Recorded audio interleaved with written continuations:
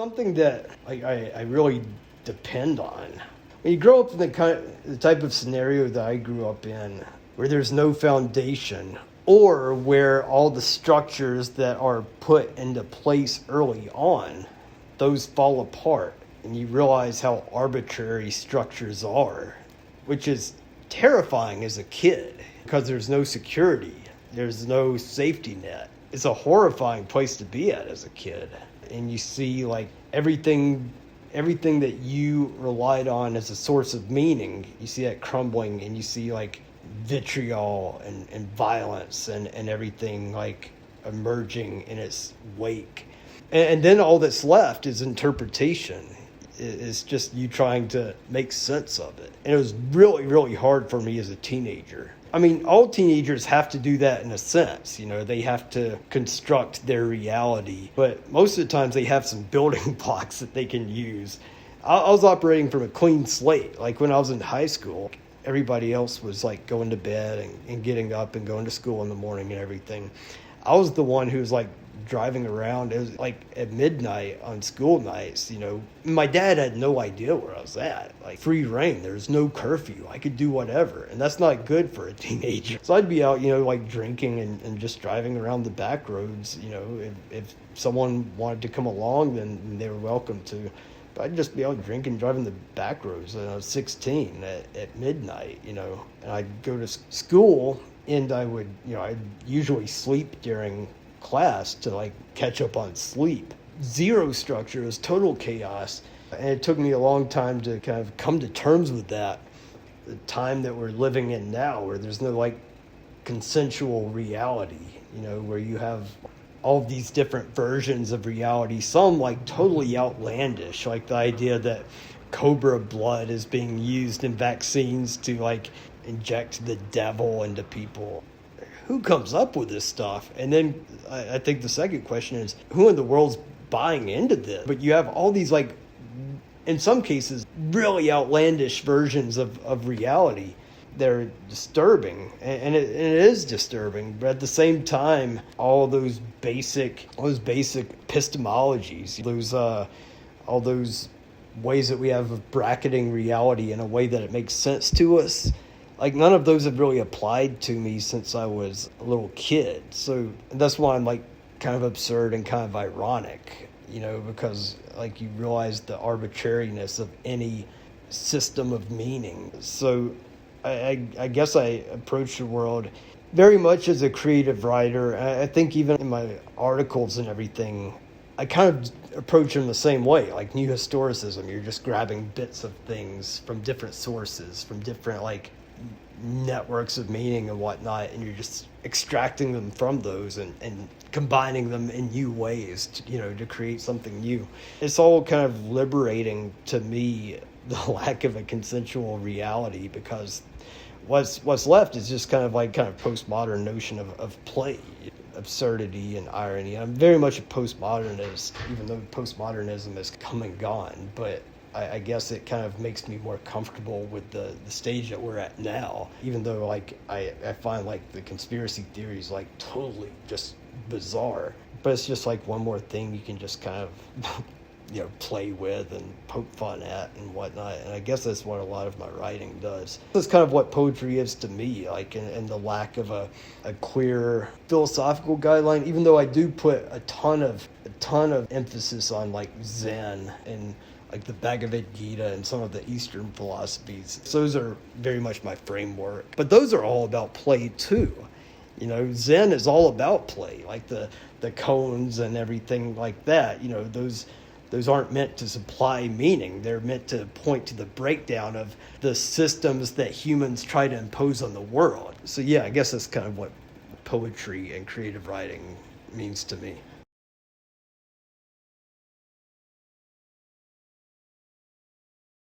Here we go. Okay, see how it works.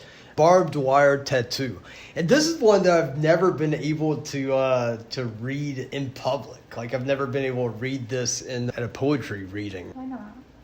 Because there hasn't been an opportunity. Like there's supposed to be a poetry reading at the Union back in October, and this is one of the ones that I had prepped, I was really excited about it. But then by the time by the time I got there, they were closing it down. So I was kind of bummed about that. Barbed wire tattoo. Curls and pull-ups accessorized with come-at-me eyes and flexes in wall-length mirror as I advance like a seasoned gamer through successive levels of masculinity. Cut, chick magnet, you talking to me? Real swole. Legitimate badass, action hero damned to wife-beater fashion hell because it's unlawful to conceal weapons. Totally worth it, of course, since everyone knows chicks don't dig skinny guys. When my biceps began to rage like German shepherds barely contained by a muzzle, I got branded with a barbed wire tattoo.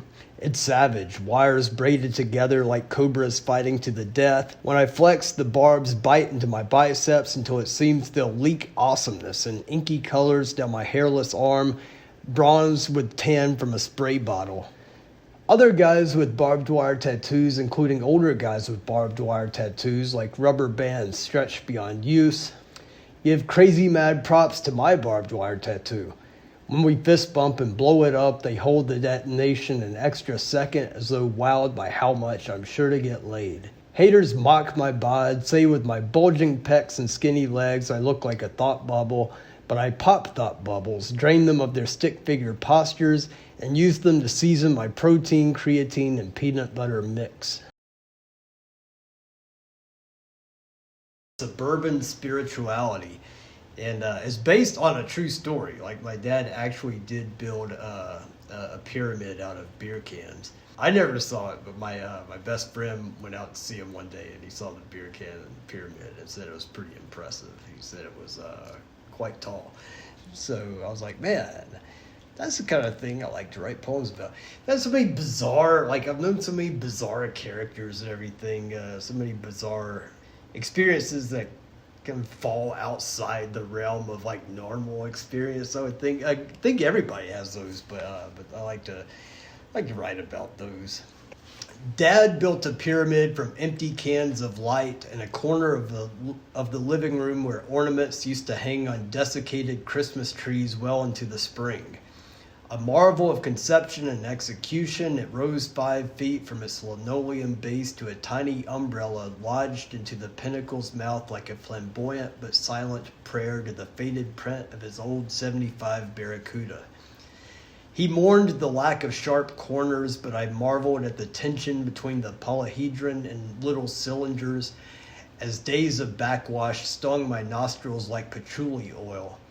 A jungle of plastic plants like sham dendrites sprung on the edges for, he insisted, a more genuine Yucatan feel.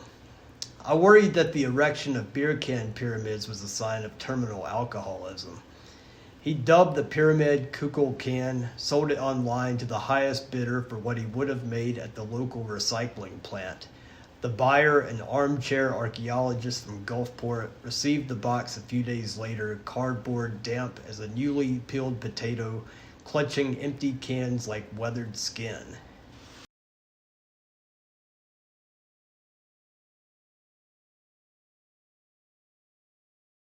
So this one's called Imaginary Friends.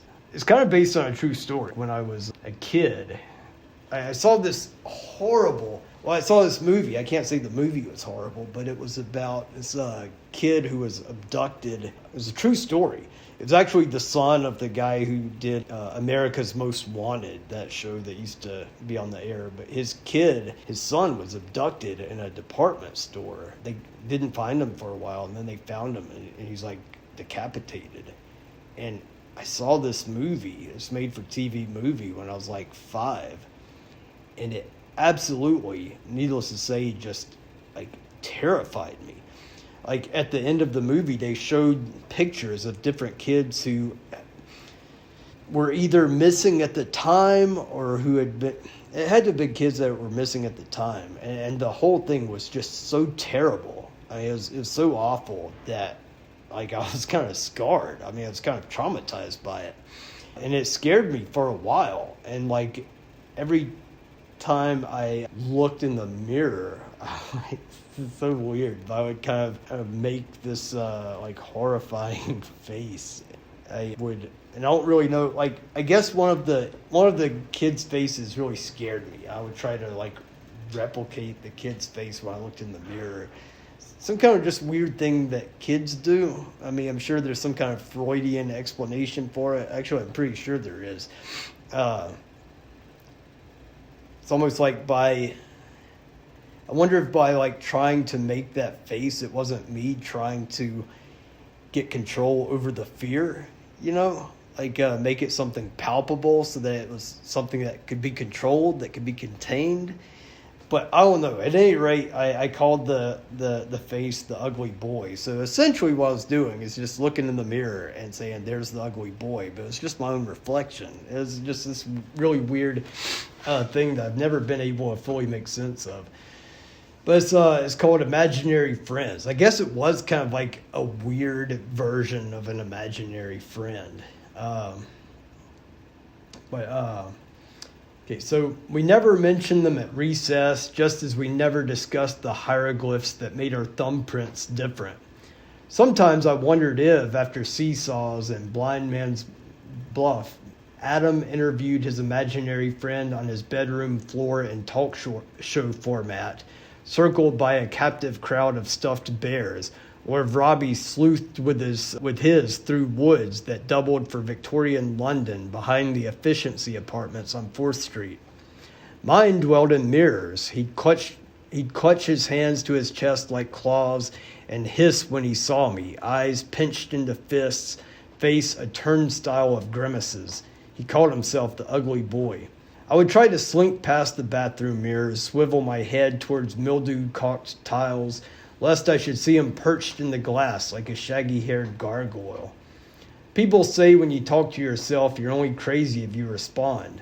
The ugly boy answered his questions with a twang that sounded much like my own, but garbled for dramatic effect. This is one that, I was just in the course of walking my dog around Manhattan, Kansas, which is a really pretty town, really cool college town. I mean, everything in that town's about Kansas State. I've never been in a town quite like that, especially that size, where, it's just the center of everyone's existence. And it's very dense, very compact, like 3,500 people per square mile, so it's really compact. It's kind of like a big city in that regard. But walking around town, just seeing all the jack-o'-lanterns and everything, and just trying to be like uber aware of like writing opportunities or topics for poems or whatnot. I don't know, just something about the pumpkins kind of resonated. I was like, yeah, I'm going to write a poem about that. A really bizarre poem, but one I always liked. So it's just simply called Pumpkin. It seems exploitative.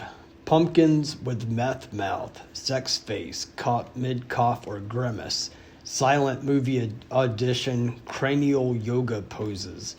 We wonder, anthropomorphic expressions of the sex face of their carvers' souls, thought bubbles botched during incubation, frozen in the build-up to the inevitable burst.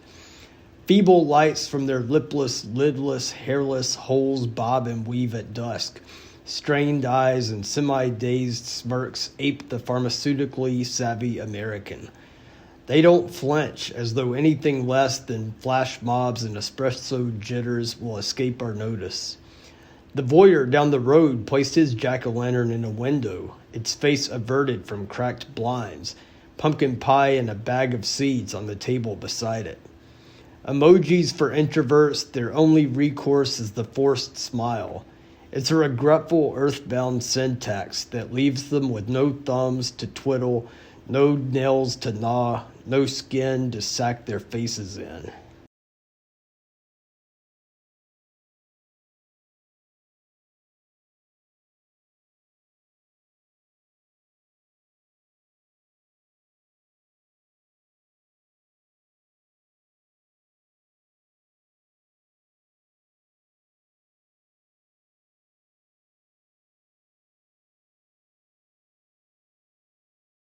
I don't try to make any kind of like profound statements with poetry. I try to keep it honest, consistent with my own like worldview instead of trying to do something that someone else will necessarily agree with, or that I don't try to write serious poetry. I don't try to conform to like anyone's idea of what serious poetry is, because that's not the point. If you're trying to like conform to someone else's idea, then you might as well not even write poetry. Or that's how I think about it anyway. Yeah, it's very much a way of just kind of making sense of the world. Yeah, something I try to work on every chance I get. I was really afraid whenever I started school here, working on PhD, that I wasn't going to have time for it. But something I realized is that it's never going away. It's too much a part of who I am. Early on, when I was like in third grade, fourth grade, on through middle school, it was stories, it was horror stories mainly. But once I started writing poetry, there's no way I could ever stop. It's too much a part of who I am.